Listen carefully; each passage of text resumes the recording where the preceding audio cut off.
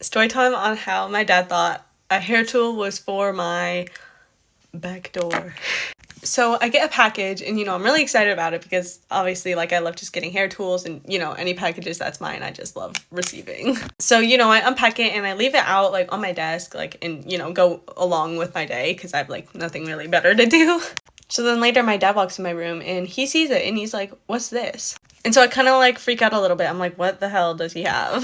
So then eventually he points to this. I knew, he knew, you knew, we all knew what we've been thinking about. And he was fucking awkward while I was, trying to explain myself that it was a hair tool. And so then he brings my mom in, and they're like, "We need to talk." And the conversation went as awkward as you could ever fucking imagine. But as I'm trying to explain, I end up having to turn it on and show them that it's not what they think. And as you could guess, the rest of the night was super awkward. Anyways, I love you guys all so much, and I'll see you later. After spending the whole night in the police station, get ready with me while I tell you the story about how I almost got kidnapped.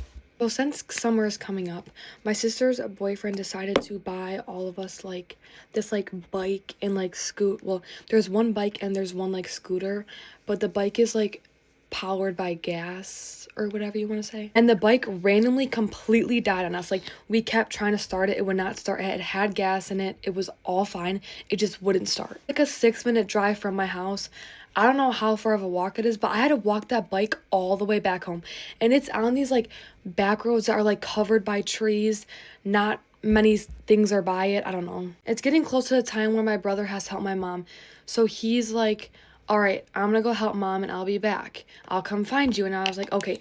Because guys, I did not have my phone. So I was alone on these back roads. I did not have my phone. I had nothing except the bike. Hear this car approaching behind me and slowing down, but all the cars were slowing down to go around us because it was on this back road. There was nowhere else for us to go, so we had to kind of be on the road. And he slows down. Keep in mind, he already passed us. He passed me when I was with my brother. So 10 minutes after my brother left, he drives past me again, but this time he slows down. Then he goes, "Oh, how far are you walking?" And I was like, "Oh, just up the road." And he was like, "Oh, I can help you." And he starts to pull over on the side of the road. And I was like, "No, I got it. It's fine." I said, "No." Then he's like, "No, I'm helping you." And I was like, "No." Then he turns off his truck, gets out, and starts walking towards me. I'm walking away, and he's walking towards me. So it's kind of this kind of thing. He just keeps walking towards me. I'm like, "No, I got it. I got it." At this point, I'm literally in a ditch, almost in the cornfield, because he's kind of pushing me. I don't know how to explain it. "Oh, come on, just let me help you." I was like, "No, I'm good. It's right up the road." And he was like, "I got an ID. I can show you who I am so you know who I am." And I was like, "No, it's okay." Then he proceeds to go to his car, and I was scared. I didn't know what he was gonna pull out, or what, but he did end up pulling out his wallet, and he was gonna give me his ID so I knew who he was, but that doesn't help anything. At this point, I am literally in the ditch because he kept not cornering me, but it was I was going and he was going, and I was in the ditch, almost in the cornfield with the damn bike, because I don't want to lose my sister's boyfriend's bike. This is the brother in question. Can't see him, but he's the one that left me to die. Type shit. Anyways, so then after I said no all those times, he was like, what did he say? He was asking if because he saw me and my brother driving with each other earlier, and he was like, "Do you know that guy that drove off?" And I was like, "Yeah, it's my brother." And he was like, "He was going pretty fast. Is he gonna come back?" And I was like, "I don't know," because I seriously didn't know. I should have said yes. There was a church a minute walk up the road. And then when I finally told him that I had friends at that church, that's when he got in his car. But then he found me this, for about a minute, and then right before I got to the church, he turned around and then zoomed that way, the opposite way. I think what made it worse was I was on a back road with no phone, and it was kind of covered by trees, and my brother left me. So this is your sign to not do anything alone, because so stay safe, watch out for your surroundings. Bye guys. So I just found out one of my friends is so fake. So when I was dating my ex-boyfriend, there was this girl, and I started getting kind of close with her. Like, we'd comment on each other's TikToks. We weren't, like, best friends or anything. But, like, we were close enough to the point where, like, we'd send vlogs and everything, and I would tell her about him and, like, everything. Like, I literally went in our saved in chats, and there's videos of me talking about gifts he got me and everything. And then when we were dating, she would post pictures of him and be like, oh my gosh, the senior is so fine, or something like that. And I would ask her, I'd be like, is this, like, about my boyfriend? Like, that's, first of all, even if we weren't friends, that's weird as hell. And the fact that we are friends just makes it even worse. Like, why are you doing that? She's like, no, it's not him. It's not him.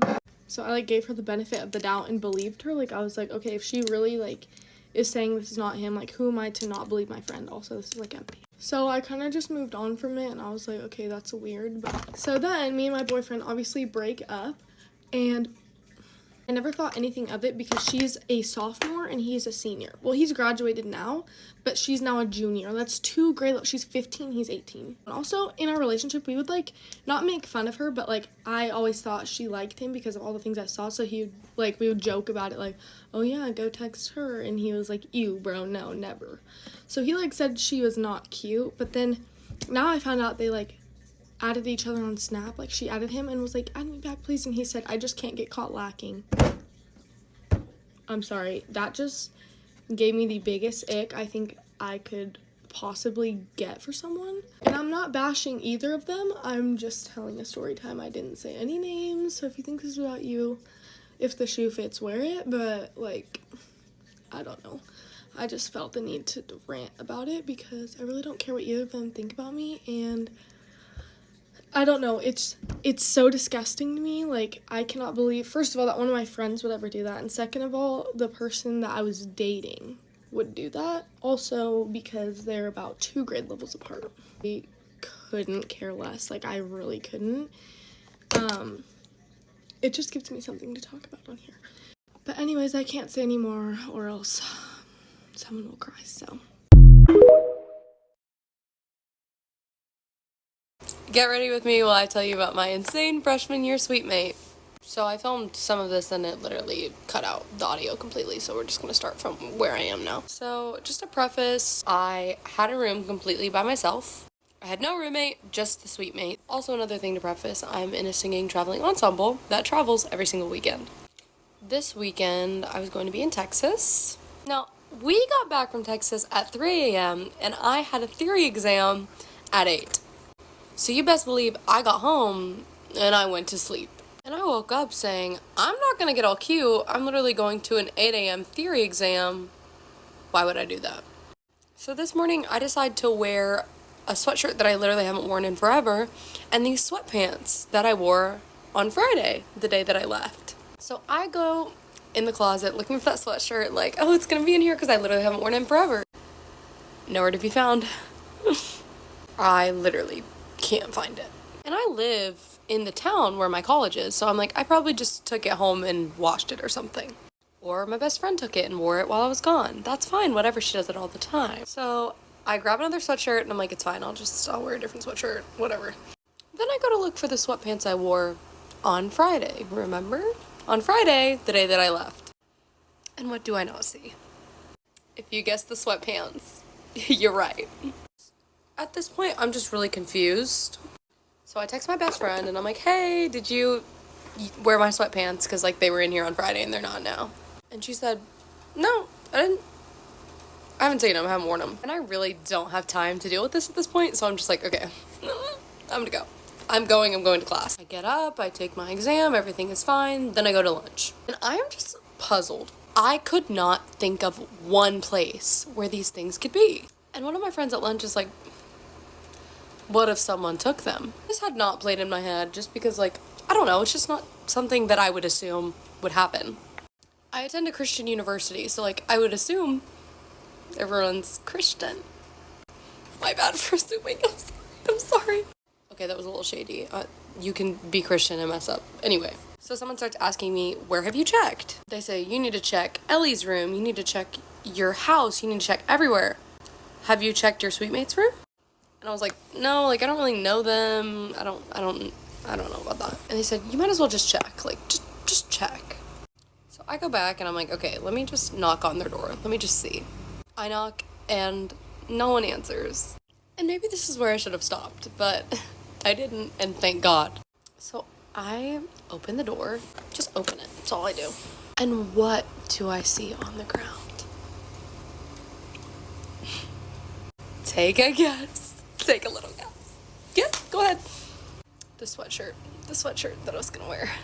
So of course I walk into the room and I'm like, let me just make sure that this is mine, because what if it's hers? What if she has the same sweatshirt? It was mine. It was mine, and let me tell you how I know. I used to be a little bit of a bigger girl, and so all of the clothes that I wore were like large, extra large. And this girl is not an extra large at all. She's like my size now or smaller. And the sweatshirt's an extra large, which I know people buy things oversized, but I just knew in my heart, this is my sweatshirt.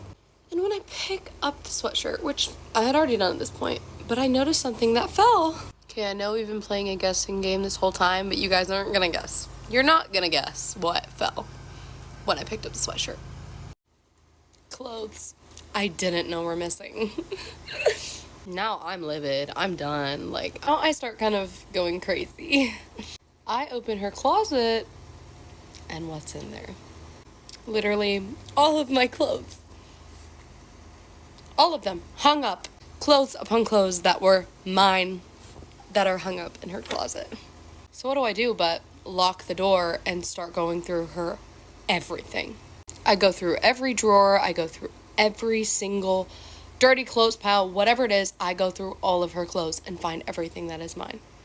And I take it all and I put it in my room and I just take a shower because I need to decompress. And I fear I have to go, and I know that people hate this, but I have to do a part 2. There's way too much to the story to fit it in one video, so just hang on tight. There will be a part 2. Don't fret.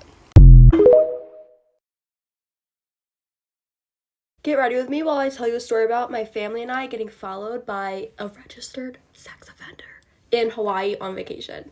Sometimes I forget this literally happened. It was insane. We're going back to 2021 when my family and I decided to go on a vacation to Oahu, Hawaii. The first day we're there, it's great. We love it. It's beautiful there. Then the second day, we came across a little incident. So at the resort we're staying at, it had a little not private, well, it was connected to the resort. It was a lagoon beach area type thing. So say the resort's here, the pool's here, and then the lagoon beach area is here, and then there's a gate where you walk out onto the public beach. So technically, if someone walks in front of you, they'll just open the gate for you, and anyone from the public beach can get to your resort with no pass, card, nothing. You can just walk on. So we're all sitting on the beach, well, the little private lagoon thing.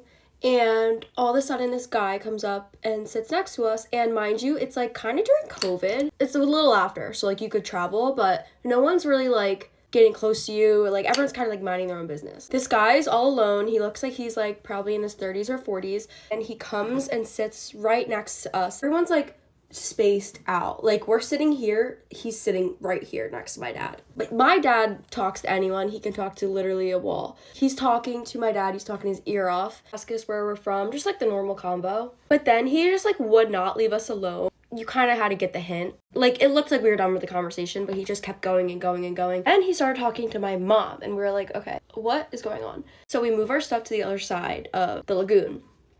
He follows us. So now me and my mom decide to go in the water, and he follows us out in the water. We're swimming in the water, and he's swimming right behind us the whole time, would not leave us alone. And we kind of noticed that it was towards my mom. He was purposely following my mom or me. We couldn't figure it out. So then me and my mom get out of the water, and we're like, okay, what is happening? So we're like, let's go paddleboard. So the paddle boards were on the other side again. So we got out and walked around to the other side to get the paddle boards. He then follows us right behind us, walking to the other side to get the paddle boards, just for no reason. The conversation ended 30 minutes ago, and he's following us around. So at this point, it's getting really, really weird. So we were buying paddle boards, and he just stood there as we're getting the paddle boards looking at us. So now we're all getting a little nervous. I have a little brother. He was like 9 at the time, I think, and he like started crying. Like everyone around us could see it too. Families around us were like, do you guys know him? Like, why is he following you? Then we all moved to the hotel pool.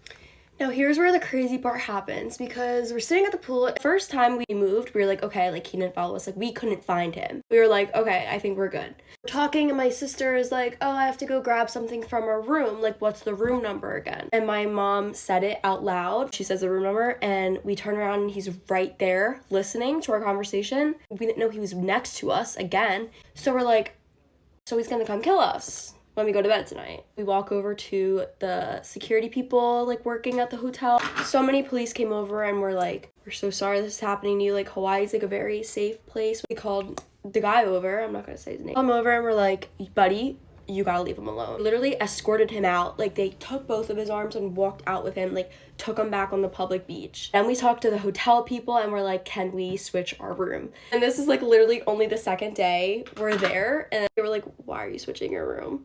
We were like, we think someone heard our room number. That was a little creepy. We go switch our room. We already unpacked everything. Like we had to take everything, move it all to the other room. Like I think we were on like a whole different floor. Like, we were like, better be safe than sorry.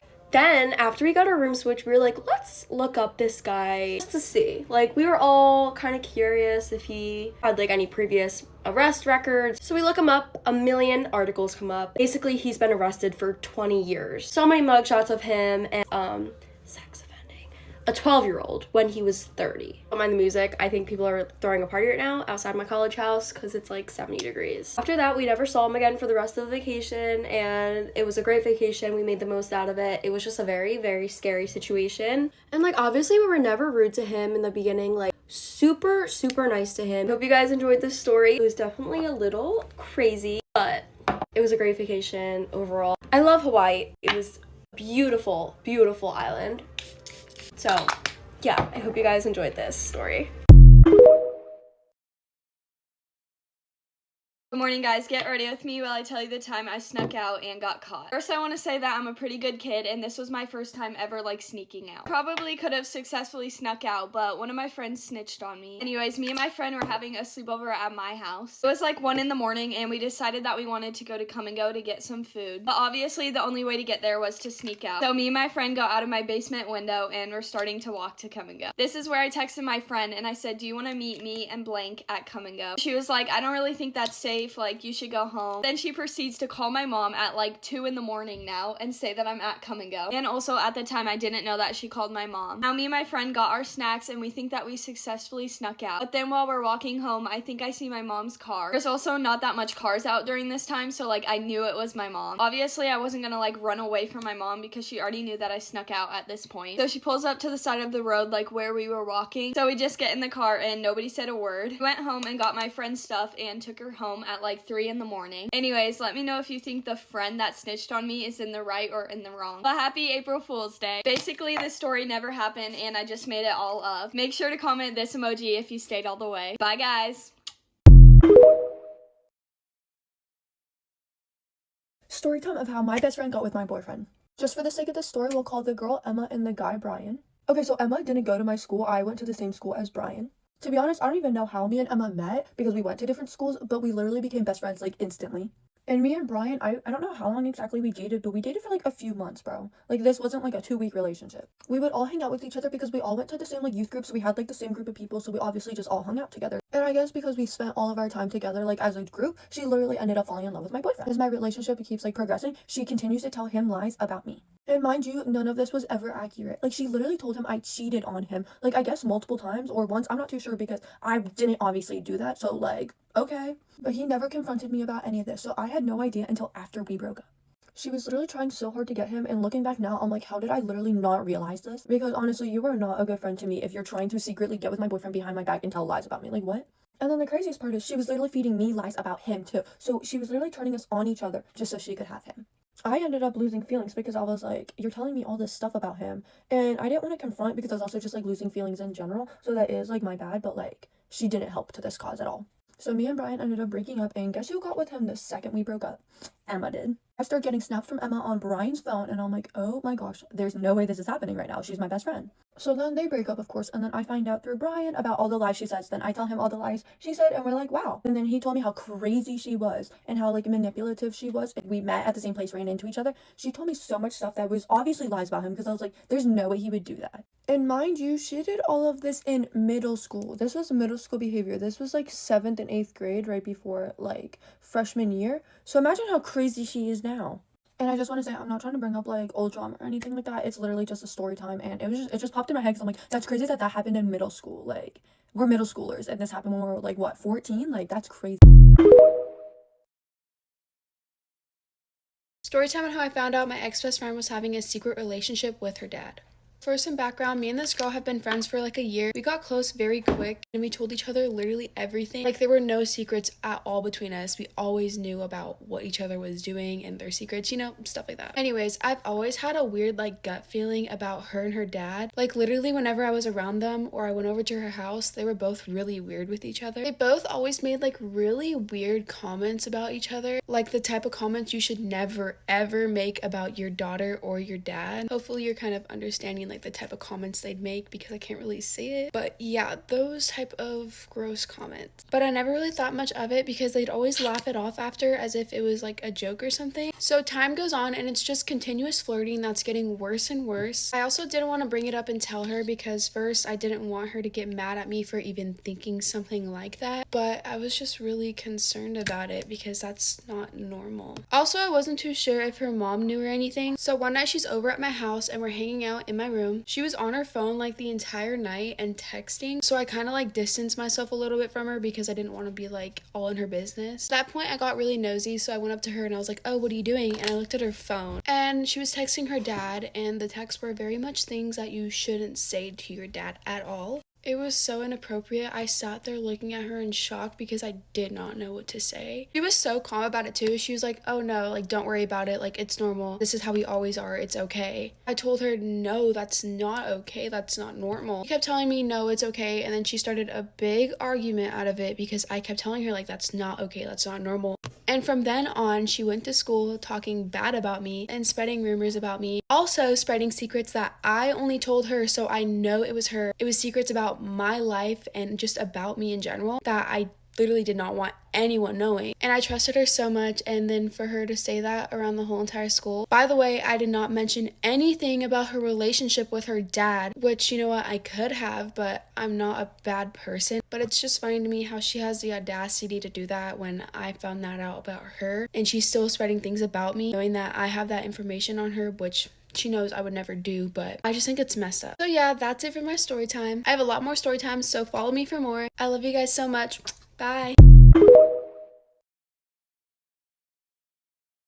Get ready with me while I tell you how I almost got helping my roommate sneak out of rehab. So one day my roommate decided that she was just not having it. She was done. And I found like a little notebook in her room, and obviously I'm nosy, so I checked it. Duh. And it deadass said prison escape plan. Like, what the actual fuck? I was like, what the hell do I do in this situation? And she walked in on me with the freaking opening her notebook, and she was so angry. I would be too. And she was like, if you tell anyone, I will literally in your sleep. I was like, honestly, I believe you. So I kept my little yapper shut, and then one night at like 12 o'clock at night, she's like, you need to help me escape. Honestly, I was like, you know what, fuck it, let's be a girl's girl. So she literally jumps out of the 4th-story window, and she had a tube in her nose to like feed her because she was like rebellious. And I guess she didn't think of it before, but like she couldn't just like bring the tube out to like jump with her, because then she would probably so she was literally yelling down. She was like, throw the tube, throw the pole. And I was like, oh my god, like what the hell do I do? Like, this is insane. My ass was like, well, you only have one choice, throw the fucking tube. Like, what? I love her dedication to recovery while she was running away, because she could have easily just ripped that tube out. So honestly. So anyway, I'm just laying in bed like roomy-less as fuck, and I just hear a bunch of banging. It's the staff like banging on the door, and I was like, fuck, like this bitch is caught. And they come in and they're like, were you and I was like, I don't know where she is, queen, like, sorry. And then they send out like buses and like trucks and vans to go searching for her. And they come back with her like strapped into a police car. Oh, also, it was like negative 14 degrees and snowing. And we were right behind like a forest. Anyway, I think her little like episode ended after that because she was just acting like absolutely nothing happened after that. Anyway, yeah, that's it. Love you guys.